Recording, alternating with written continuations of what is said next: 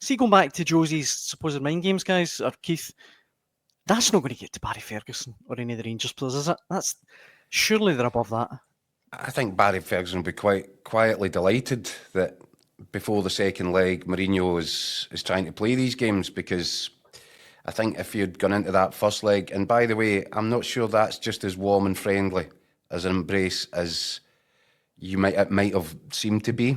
I have reason to believe that words were exchanged there, which just helped put a little bit of needle into the first leg. And I think that, put it this way, if you're Barry Ferguson, you're almost a complete novice. This is your first ever European tie as a manager, and you've come up against Mourinho in the first leg away from home and been the first guy ever to get a 2-goal victory over him. So he's in a good place.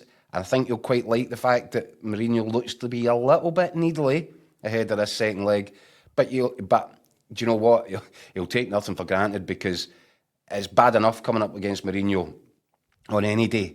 But Mourinho with a thorn on his side could be a very dangerous guy. So yeah, but I think Barry Ferguson will be quietly delighted that he's got one up.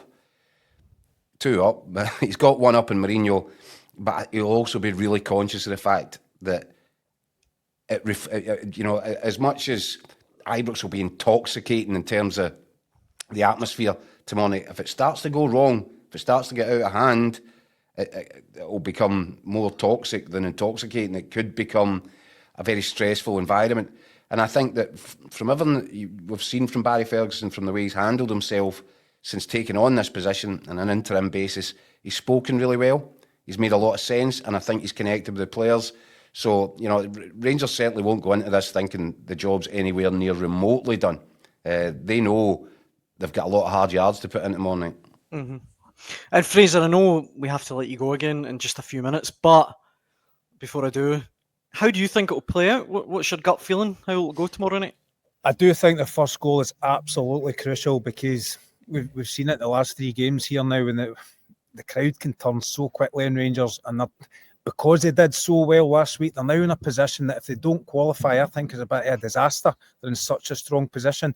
So if they were to lose an early goal to Fenerbahce and get the feeling that Fenerbahce are on top of them, horrible feeling, the roof could cave in. So I think it's vital Rangers get that first goal, and if they do, I think they'll be fine. I'm predicting a 1-1 when I was putting a spot earlier. I'm predicting a 1-1, which I think everybody here would take tomorrow. Rangers have looked a different beast, obviously, in Europe. The fact that Fenerbahce have to go for them will play into Rangers' hands in the break, as we saw in Turkey last week. There's no doubt Rangers are better running into big spaces than they are a defensive block. So I do think Barry Ferguson should probably go with a similar setup to last week. Obviously bring in the likes of Leon Balogun for Robin Proper, and basically not really change too much else. Leave it, let Istanbul answer the questions, and 1-1 I think would be my prediction, and a real massive result to give Rangers a kind of much needed hope for the last few weeks of this season. I think you're right, Fraser. I think tactical will be very similar. I think there might be tweaks in personnel. I wonder, for example, if he's looking at Dujon Sterling, either to play as the right side centre-half of the 3, or even at right back, because he was very effective up against San Maximin when he came off the bench. San Maximin was starting to give Rangers problems down that left-hand side. Mm-hmm. Not travelled, He's not travelled.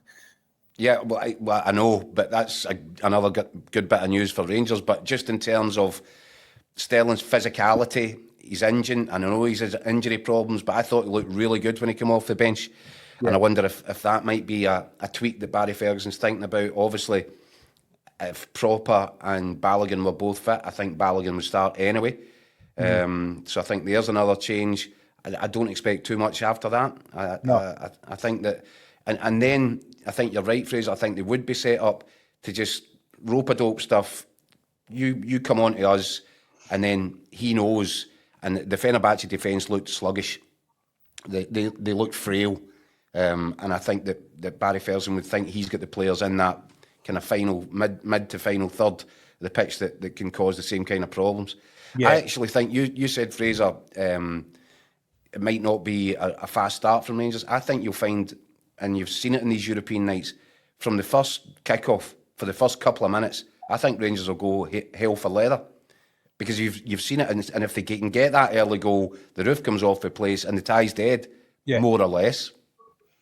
But if they don't get the breakthrough in the first 3, 4, 5 minutes, you should see them then settling back into the shape, and then just, the pace will take its own, the game will take on its own pace. It usually does, but there is that sort of frantic opening 5 minutes, and Rangers have actually, you almost lost count the amount of times on the run to the final a couple of years ago that they got an early goal in that frantic opening period, and it kind of set the tone for the night.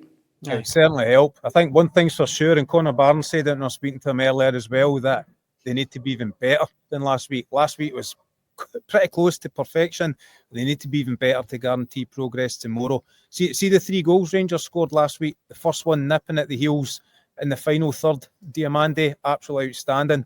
Second one, Raskin winning the ball in the middle of the park and then hitting in the quick in the break. Brilliant again. But Raskin's pass, winning it deep for the third goal, and his pass for the third goal was outstanding. And at that point, I watched it back today.